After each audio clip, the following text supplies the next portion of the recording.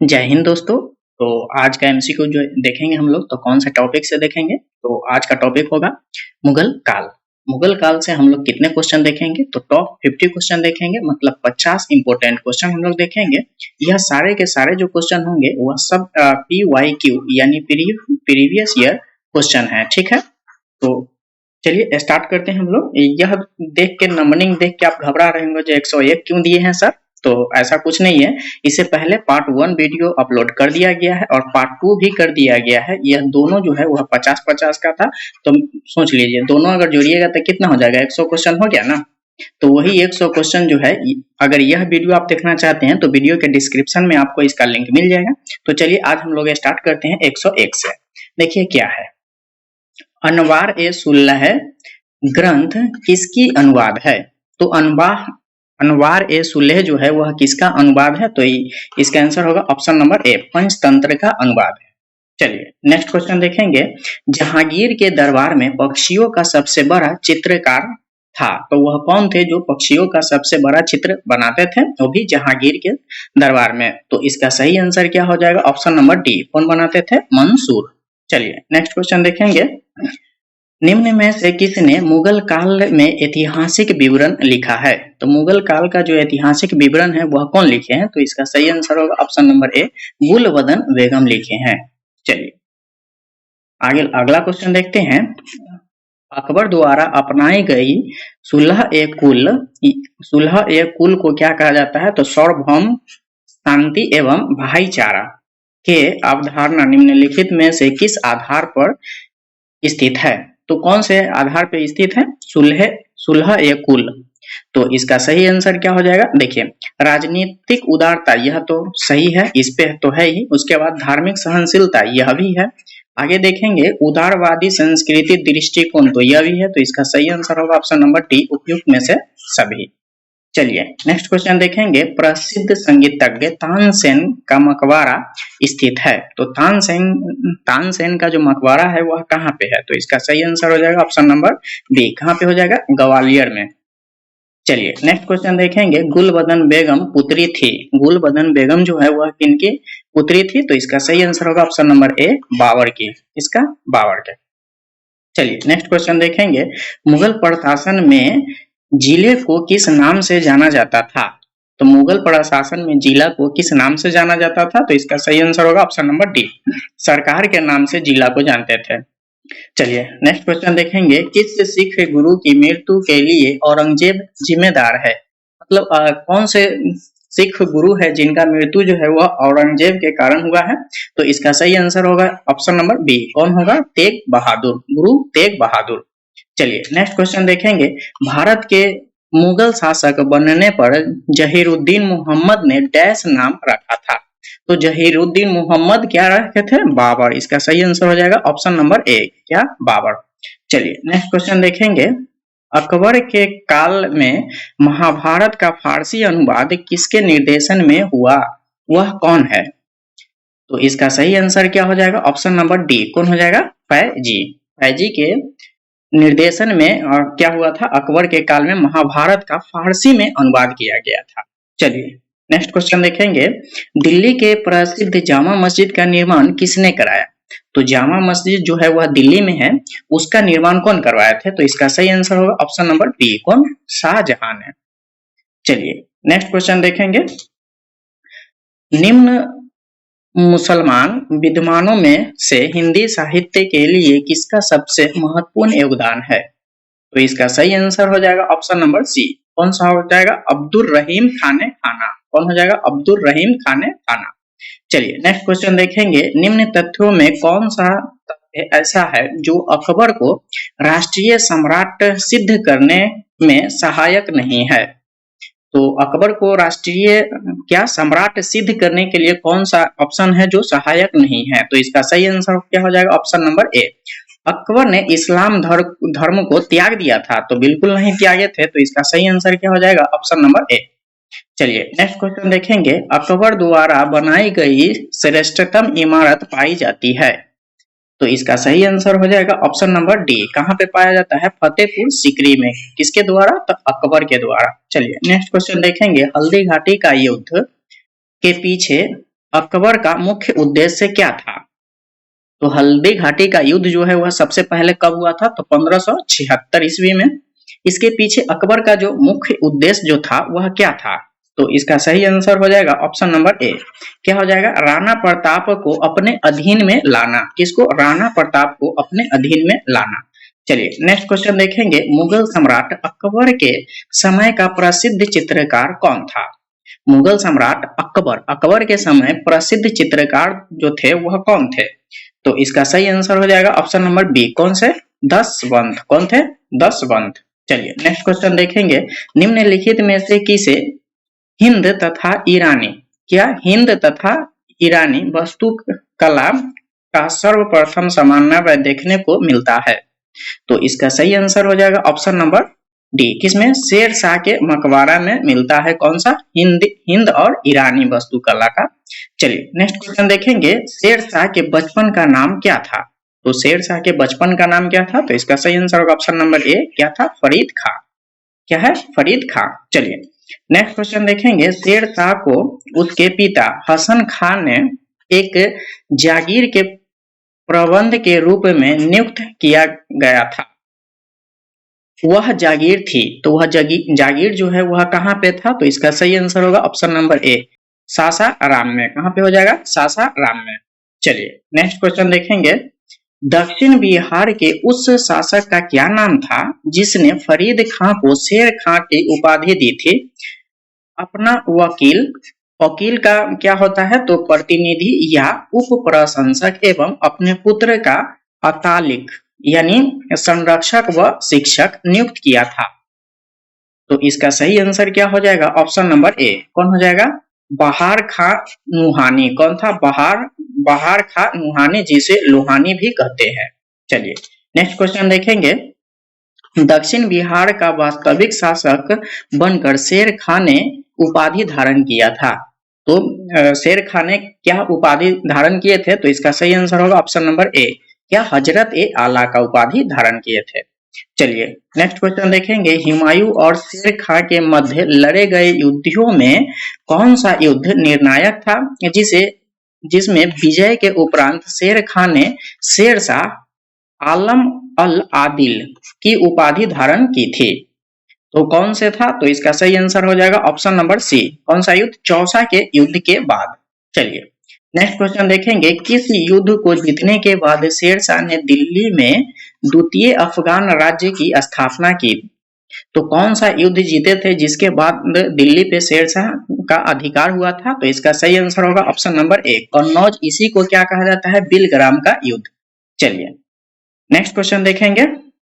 भारत के इतिहास के संदर्भ में अब्दुल रहीम लाहौरी कौन था? अब्दुल लाहौरी जो है वह कौन थे? तो इसका सही आंसर हो जाएगा ऑप्शन नंबर बी। क्या हो जाएगा? शाहजहां के शासन का एक राजकीय इतिहासकार। क्या थे वो? ये शाहजहां के शासनकाल का इतिहासकार थे। चलिए नेक्स्ट क्वेश्चन देखेंगे। धर्मत का युद्ध कब हुआ था? तो अप्रैल 1658 ईस्वी में। निम्न में से किनके बीच लड़ा गया था? तो धर्मत का युद्ध जो है वह किनके बीच लड़ा गया था? तो इसका सही आंसर होगा ऑप्शन नंबर सी, औरंगजेब और दारा शिकोह के बीच लड़ा गया था। चलिए नेक्स्ट क्वेश्चन देखेंगे। मुगल काल में निम्नलिखित बंदरगाहों में से किसको बाबुल मक्का या मक्का द्वार कहा जाता था? तो इसका सही आंसर होगा ऑप्शन नंबर बी। क्या हो जाएगा? भरौच। चलिए नेक्स्ट क्वेश्चन देखेंगे। कंधार के निकल जाने से मुगल साम्राज्य को एक बड़ा धक्का पहुंचा। तो इसमें क्या, कौन से दृष्टिकोण से उन्हें बड़ा धक्का पड़ा था? तो इसका सही आंसर हो जाएगा ऑप्शन नंबर डी, सामरिक महत्व के केंद्र के दृष्टिकोण से। किसके? सामरिक महत्व के दृष्टिकोण से। चलिए नेक्स्ट क्वेश्चन देखेंगे। अकबर के शासन काल में पूर्ण गठित केंद्रीय प्रशासन तंत्र के अंतर्गत सैनिक विभाग का प्रमुख कौन होता था? तो इसका सही आंसर क्या हो जाएगा? Option number B. कौन हो जाएगा? मीर बख्शी। चलिए नेक्स्ट क्वेश्चन देखेंगे। राजपूताना क्षेत्र के किस राज्य को जीतने में मुश्किल हुई जब अंततः जीत मिली? तो शेर शाह के मुख से अन्यास यह निकला है कि अरे मैंने एक मुट्ठी भर बाजरे के पीछे हिंदुस्तान का राज्य ही गंवा दिया। तो इसका सही आंसर क्या हो जाएगा? Option number A. कौन जीते थे? मारवाड़। चलिए नेक्स्ट क्वेश्चन देखेंगे। किस अभियान के समय अचानक बारूद के विस्फोट हो जाने के कारण शेरशाह की मृत्यु हो गई? तो इसका सही आंसर क्या हो जाएगा? Option number D. कलिंजर अभियान के समय विस्फोट होने से शेरशाह की मृत्यु हो जाती है। चलिए नेक्स्ट क्वेश्चन देखेंगे। शेरशाह के बारे में क्या असत्य है? तो इसमें क्या है जो असत्य दिया गया है? तो शेरशाह उपज का 1/3 भाग कर के रूप में निर्धारित किया। तो बिल्कुल 1/3 ही निर्धारित किए थे। आगे देखेंगे हम लोग क्या कर रहा है। शेरशाह के समय में किसानों को जरीवाना यानी सर्वेक्षण शुल्क देना पड़ता था। उसके बाद है मुहासिलाना, जिसे कर संग्रह शुल्क भी चुकाना पड़ता था। तो यह भी दोनों, यह भी ए और बी दोनों अभी तक सही है। आगे देखेंगे भूमि की पाईमाई से हेतु शेरशाह ने 32 अंक वाले सिकंदरी गज एवं सन की डंडी का प्रयोग किया। तो बिल्कुल यही जो है वह सिकंदरी गज का प्रयोग किए थे। तो 1 और 2 और 3 भी सही है। आगे देखते हैं। शेरशाह ने सासाराम में एक सुंदर किले का निर्माण करवाया। बिल्कुल यह गलत है। तो इसका सही आंसर क्या हो जाएगा? Option number D. शेरशाह ने सुंदर किले का निर्माण जो है वह सासाराम में नहीं करवाए थे। चलिए नेक्स्ट क्वेश्चन देखते हैं। शेरशाह कालीन प्रशासन में फौजदार था। तो फौजदार जो है किसे कहा जाता है? तो इसका सही आंसर हो जाएगा ऑप्शन नंबर ए। कोषाध्यक्ष को कहा जाता है। चलिए नेक्स्ट क्वेश्चन देखेंगे। शेरशाह कालीन प्रशासन में कानूनगो का काम क्या था? तो इसका सही आंसर हो जाएगा क्या? Option number A. भूमि संबंधी रिकॉर्ड के रखना। भूमि संबंधी रिकॉर्ड को रखना जो है शेरशाह सूरी के काल में क्या होता था? तो कानूनगो का काम था। चलिए नेक्स्ट क्वेश्चन देखेंगे। शेरशाह द्वारा निर्मित सड़क व सराय अफगान साम्राज्य की धमनियां थी। यह किसकी युक्ति है? तो इसका सही आंसर हो जाएगा ऑप्शन नंबर डी। किसका है? के.आर. कानूनगो का। किसका है? के.आर. कानूनगो का। चलिए नेक्स्ट क्वेश्चन देखेंगे। शेरशाह के भू राजस्व व्यवस्था के संदर्भ में क्या सही नहीं है? तो देखिए क्या है। सर्वेक्षण के आधार पर एक रजिस्टर खसरा खतैनी तैयार किया गया। बिल्कुल यह तैयार किया गया था। उसके बाद है इसमें भू राजस्व निर्धारण के लिए फसलों दरों की सूची लागू किया गया था। यह तो किए ही थे, राइट। उसके बाद है उपजों के आधार पर भूमि के 3 श्रेणी थी, उत्तम, मध्य एवं निम्न। बिल्कुल यह भी सही है। जबकि अगला देखेंगे भू राजस्व की दर उपज का 1/6 भाग तय किया गया था। नहीं 1/6 नहीं, कितना था? 1/3। कितना था? 1/3। चलिए तो इसका सही आंसर हो जाएगा ऑप्शन नंबर डी।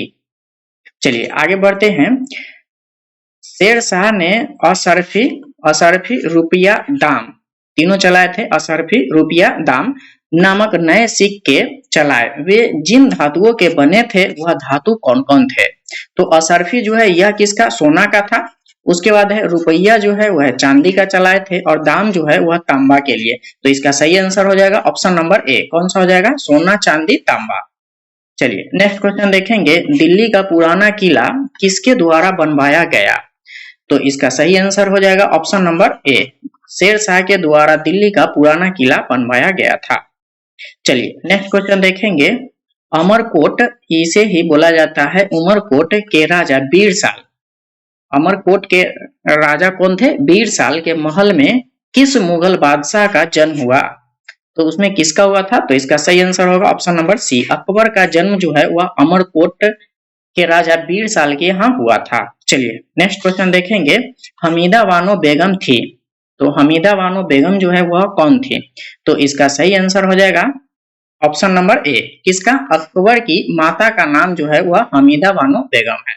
चलिए नेक्स्ट क्वेश्चन देखेंगे। अकबर के संरक्षण बैरम खां का पतन कब हुआ? अकबर का संरक्षक कौन था? बैरम खां। इसका पतन जो है वह कब हुआ था? तो इसका सही आंसर हो जाएगा ऑप्शन नंबर सी। कब हुआ था? 1560 ईस्वी में। चलिए नेक्स्ट क्वेश्चन देखेंगे। सूर्यवंश के हिंदू प्रधानमंत्री हेमू पहले रेवाड़ी के बाजार में नामक बेचा करता था, मगर वह बहुत प्रतिभा संपन्न था। उसने अपने जीवन में लड़ी गई 24 लड़ाइयों में से 22 जीता था। हेमू ने किस उपलक्ष्य में विक्रमादित्य की उपाधि धारण किया?